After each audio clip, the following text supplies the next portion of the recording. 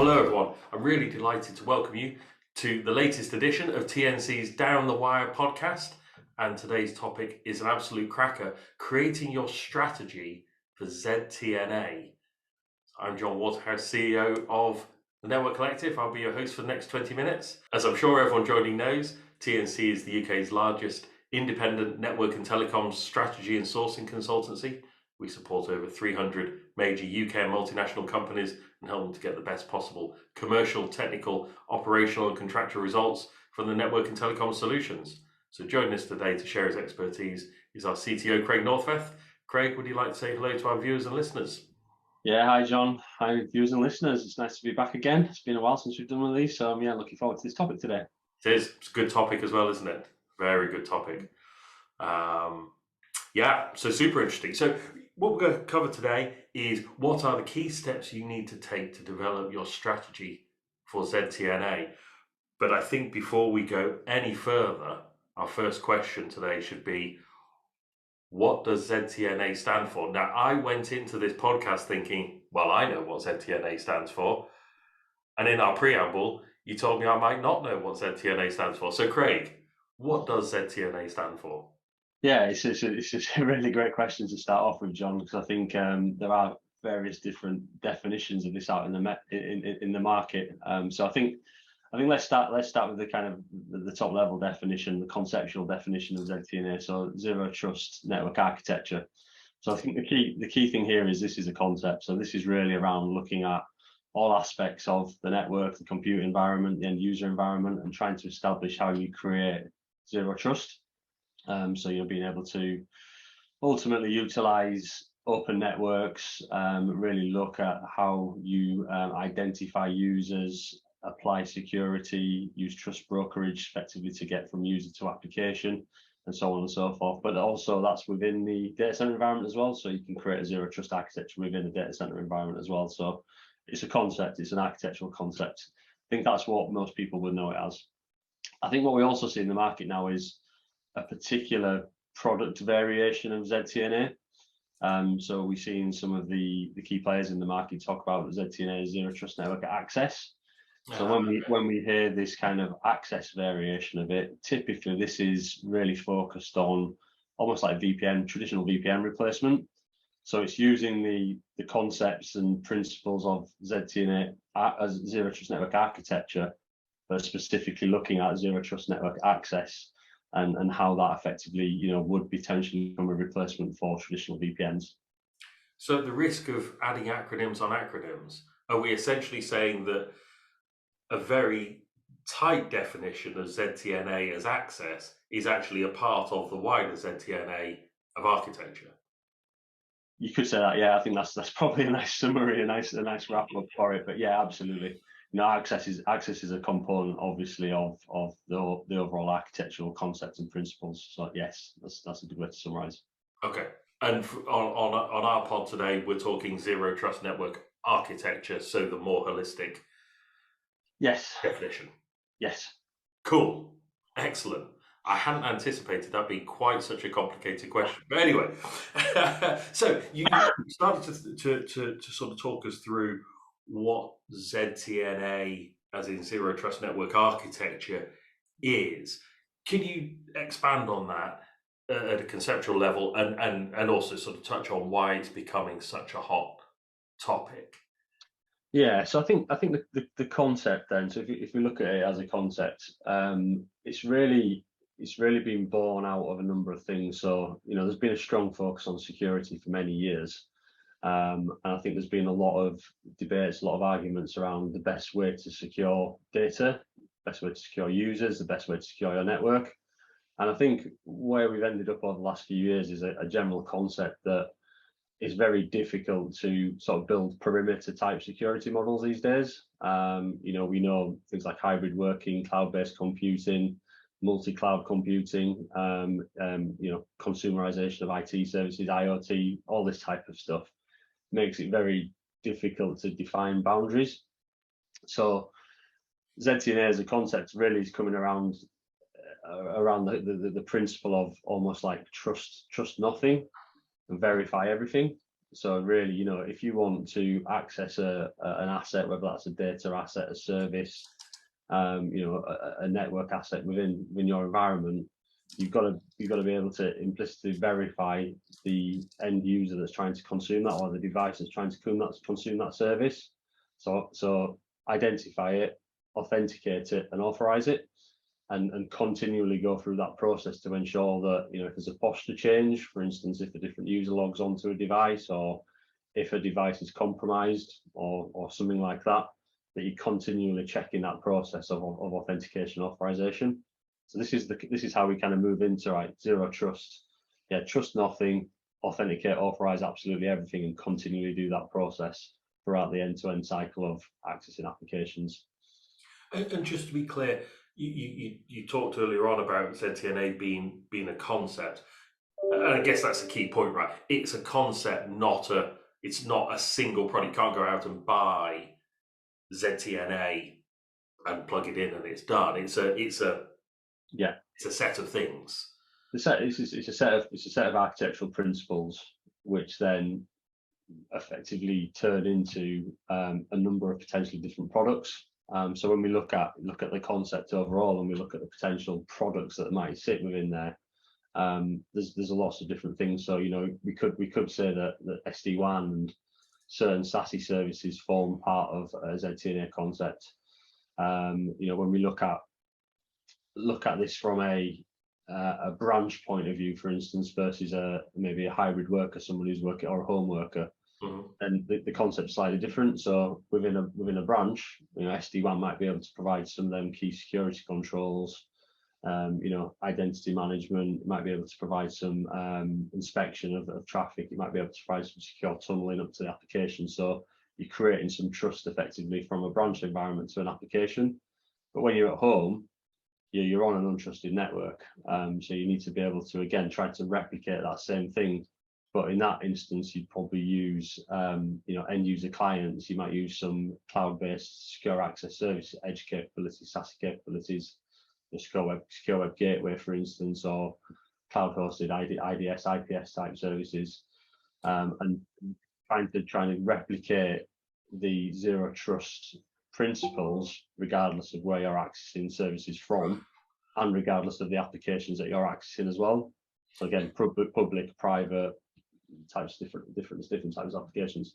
And is this, when we talk about this becoming a kind of really hot topic, we can see that in our consultancy business, right? That the number of projects we're undertaking with a ZTNA focus, etc., is kind of going up very quickly, expanding very quickly.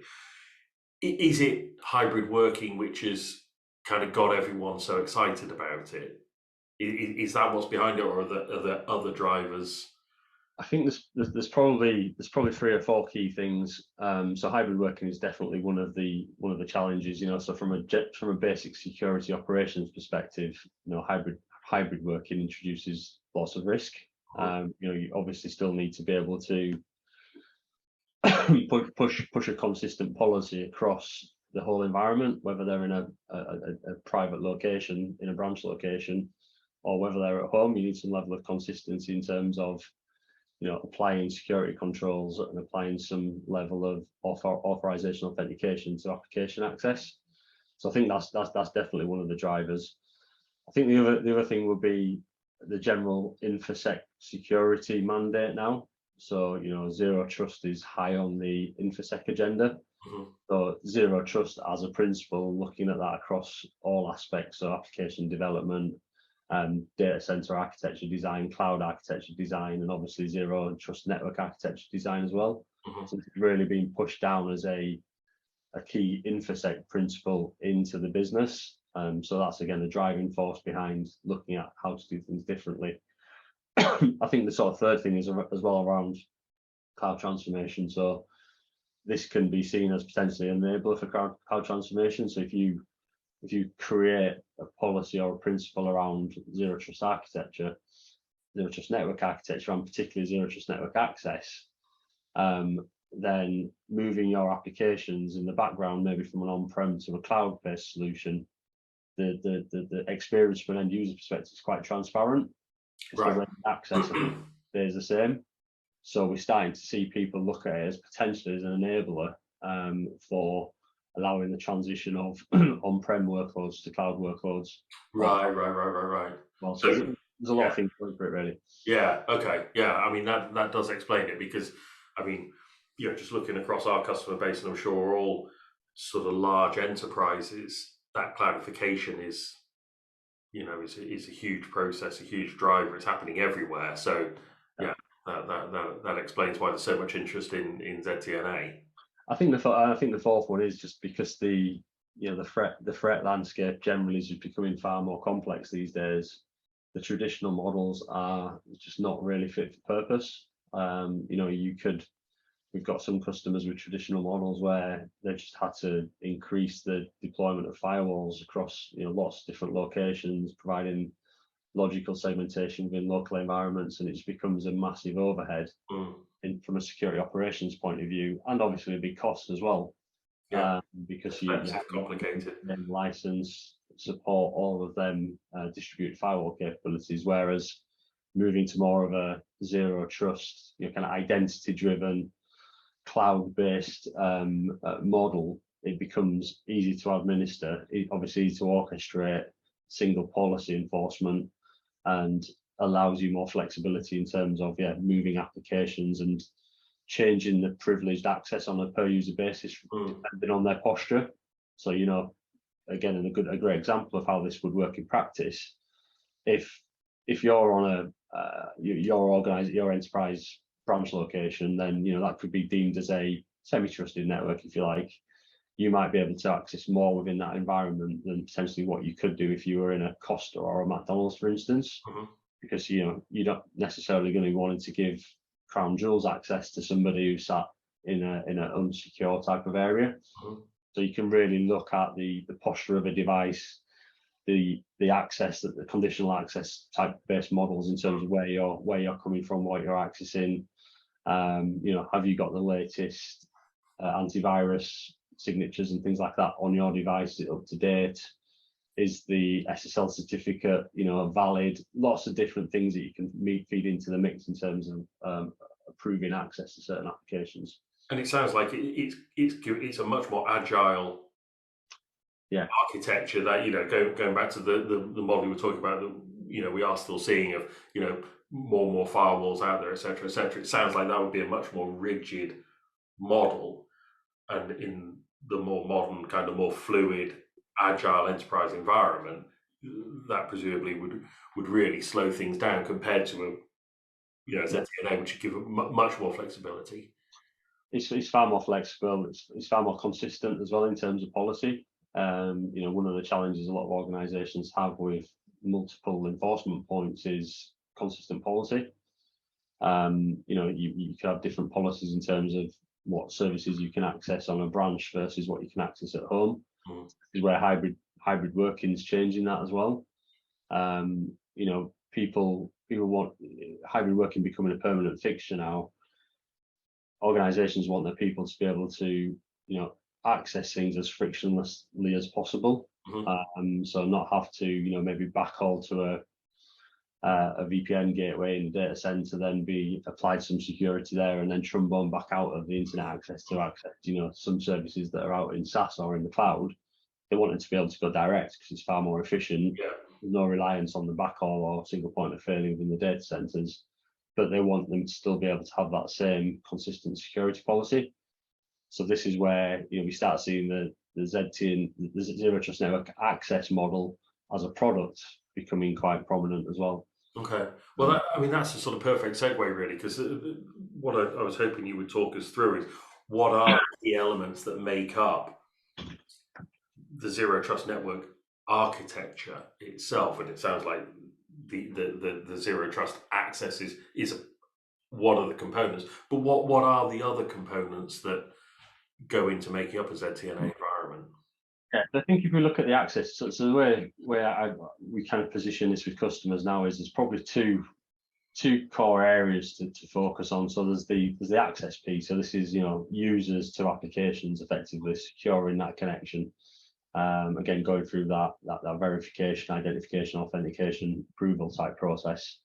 And then there's the kind of second half of this is looking at trying to create a zero trust environment within a private or public data center. So this is more in that side, this is more around segmentation and almost like micro segmentation of applications and services. So building a fairly traditional, logical design, but it's micro segmented within that environment. So applications can't talk to applications without that same level of authentication, authorization, and approval. So really trying to provide some, lockdown protection within that environment. The access side of things, when we look at the components there, I guess there's probably 2 or 3 key components in that process. So, if you start at the kind of user level or device level, typically there would be a client, quite similar to a VPN client that which most organizations would have on their machines today, but it would be a ZTNA based client, a zero trust network access client. That client would talk to a cloud service from a provider, a kind of secure service edge type service. Within that cloud, effectively there'll be a couple of things. So there'll be some inspection and identity management there.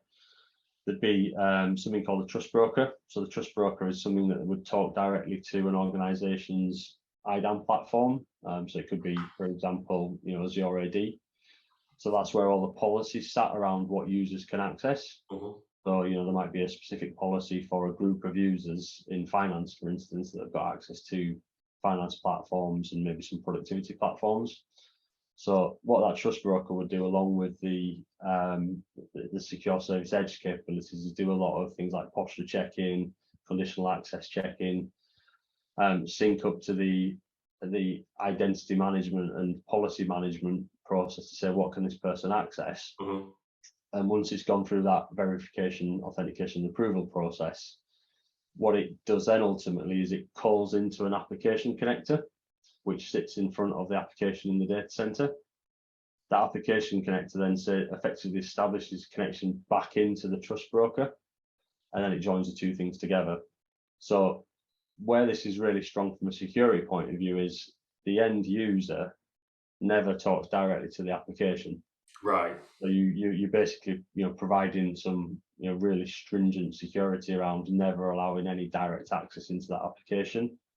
That application effectively is pulled together. The end user connectivity and the application connectivity is brought together by that trust broker, and it's only brought together based on the parameters set by the identity management and authorization policy. So it's just really clever, but it provides a massive improvement in terms of perimeter security, because you can pretty much turn off any inbound access other than the trust broker to your applications. And you were saying as well that it's continually doing this verification. Yes. So again, talking about that sort of agile environment, it's not just right, you're inside the perimeter, you can do what you like. It's continually securing. Yeah, and again, that's another enhancement. So traditional security models, once you're through the boundaries, effectively, you've usually got some sort of lateral movement across the environment, and that's not necessarily checked, because you've gone through all the inspection, you've gone through the approval. So once you're in. If a device becomes compromised, then potentially it's open to bad actors and things like that. Whereas the key concept around the zero trust network access products is it's continually verifying. So it's checking in, and again, you can do this based on different levels of application that you're accessing. So if you've got your tier 1 applications, you might want to run that verification process more often, for instance. But it's continually checking against posture changes or signature changes or SSL certificate failures, any of that kind of stuff, and it will kill the connection if it sees that there's something wrong. So it's just a huge improvement in terms of securing the network access.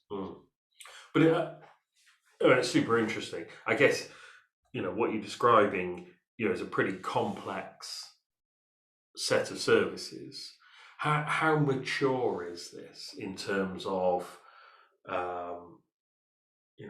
to what extent is this in production now, or or organizations kind of starting to think the thoughts and starting to develop the strategies, but full implementation is still off in the future? I think it's quite early days. I think there's certainly a few of our customers that are well into the process of proving the concept, proving the value of this, alongside other projects like cloud transformation, for instance. We have some customers that have done it for specific applications. I think there are obviously some challenges to this process. It's not something that you can just flick a switch and turn it on and away you go. There's some deep thinking that needs to be done around the application environment, how you authenticate against them applications. There will be some potentially legacy applications that are just not suitable for this type of model. I think there's a lot to be thought of in terms of operating model as well. This does massively change the operating model. You're going from what traditionally most organizations have, sort of some siloed infrastructure teams, network security, applications teams, identity management teams, and user teams. This model kind of pulls all that together. So there needs to be much deeper integration between them teams to effectively deliver this and support this as well in life. This becomes identity-driven networking effectively, or identity-driven access, but it is a network service. It's a secure network service rather than it being a security service, I think. Yeah. And that's one of the key differences here.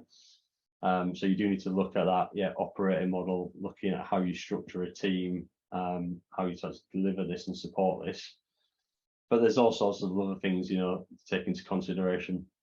Vendor selection. This isn't necessarily your typical networking vendors who are providing this as a service. Yeah. It's maybe a combination of security vendors, hyperscalers, obviously some network vendors in the mix as well. We've seen some pure play SASE vendors come to the market. So there's quite a lot of work to be done around who's the best fit provider to actually deliver this as a service. Does that provider then also deliver other services like SD-WAN and the other security services as well? So there's quite a lot of strategic thinking and considerations that go into this before you can actually think, well, actually, this is what my strategy looks like from a ZTNA point of view. And I guess you've got a challenge in there, overlap between different services, different service providers, and so on. So I guess the potential to end up with a very complex environment, unless you tackle this in a very strategic way, and really think about what the target end state is and reverse back from there. The risk is you end up with these guys providing the network, this vendor providing the network hardware, these guys providing the SD-WAN, these guys, you could end up with a kind of real mess. Yeah, absolutely. I think you mentioned then the overlap. I think that's what we are seeing in the market at the minute. There is quite a lot of overlapping capabilities between things that we see, at the kind of end user level, the SD-WAN level, the secure access service edge level, the cloud level. So the kind of Azure's, AWS, what's capabilities in there. So there are quite a lot of overlapping functions and capabilities. So it's around key considerations. Is there opportunities to single stack this with a single vendor end to end? If it's not single stack, if it's a multi-vendor stack, then how does that integrate? Where are the overlaps? How do you kind of create boundaries effectively, or where do the boundaries lie within the process, within the architecture? So there's I mean, the good thing is obviously we are working with a lot of customers in this space, and we are coming up with some good ideas in terms of how you would create this as an architecture and as a type operating model. I think the downside is there are lots of different ways of cutting this. We've said this, I think, in many recent podcasts. The whole networking world has got far more complex these days. There's a lot of new disruptors, if you like, in the market. There's a lot of new technologies being brought to the market, and there is a lack of skills and capability, probably on the customer side to really try and disseminate some of this to a point where they know what they need to do. Yeah. Well, and that was going to be my final question, really. But we'll have to be quite quick because we're, as always, slightly over time because it's such an interesting topic. But what would people will be listening to this or watching this who are facing into needing to do something about ZTNA, wanting to do something about ZTNA, seeing that ZTNA could be, a valuable technology for their organization.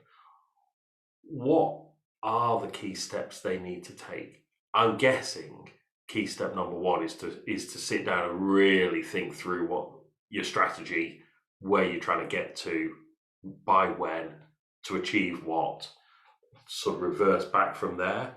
Yeah, I think it is that. So I mean, I think the key thing is don't underestimate the complexity of this. So this is, we do kind of talk about this as a bit of a step change, I guess, in the networking world. Is really starting to become more of a, almost like as a service or virtualized concept now, as opposed to, like it's been for many years. Physical infrastructure assets, lots of kit on site. I think the footprint from a branch perspective is becoming lighter, and a lot more of the intelligence is being virtualized and moved into the cloud. So I think what that really boils down to is it's a big piece of work. It's transformative piece of work. Yes.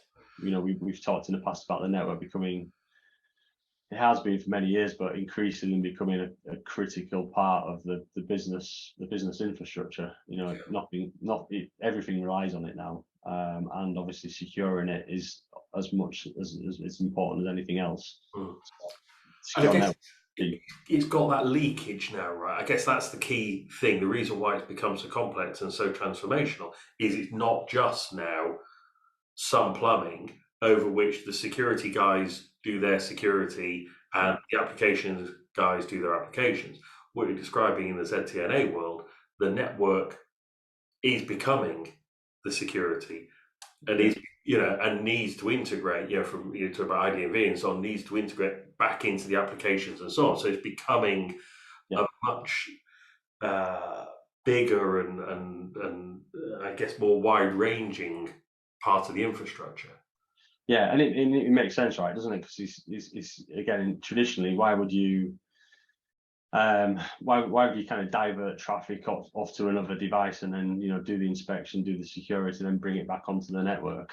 The network is the thing that's carrying all of the traffic. It's the highway, effectively, isn't it, between users and applications? So trying to embed as much of this capability into the network makes a lot of sense.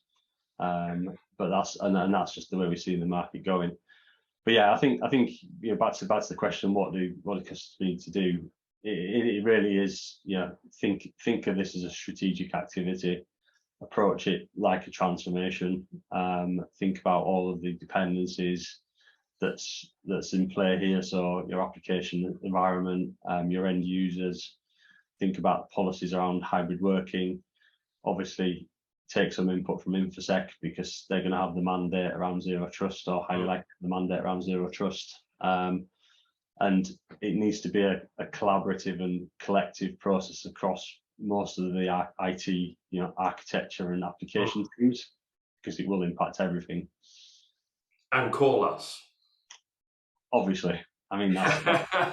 But, on a serious point, there aren't many consultancies out there who have been across this as broadly as we have, with the numbers of customers. Yeah.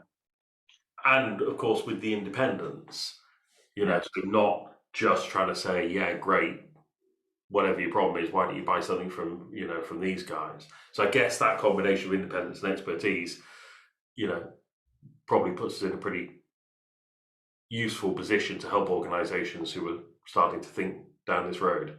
Yeah, I think that's key. So the independence is absolutely paramount, but the experience, I think, we are running through these processes, whether it's strategy development, whether it's procurements, whether it's proof of concept, proof of value with the key vendors in this space. We're living this day in, day out. We're capturing the data. We're obviously recycling that data in all of our processes that we run beyond this point, and yeah, we've probably got a lot more information than most in this market right now. Craig, we've run out of time. We could talk for at least another half hour on this, no bother. But really, really fascinating. You know, no doubt we will be back talking about ZTNA in the near future, because it looks like it's pulling together so many of the big trends in the market. It's going to be a big deal in itself. So thank you for providing your insights. It'll be really interesting. Thank you everyone for listening as well, and for watching. Please do let us know any questions you may have about this or any other network and telecoms topic. You can get in touch with us through our website or the usual social channels, and we look forward to talking with you again soon. Thank you. Cheers, John.